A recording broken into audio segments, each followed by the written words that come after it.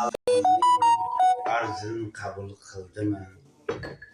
Necha yillar orziqib kutgan kunlar keldimi?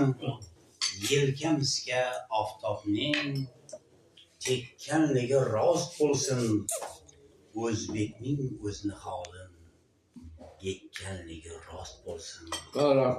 O'tdi qancha talattuf, o'tdi qancha g'avg'olar, o'tdi qancha malomat, g'iybat-u kin ig'volar.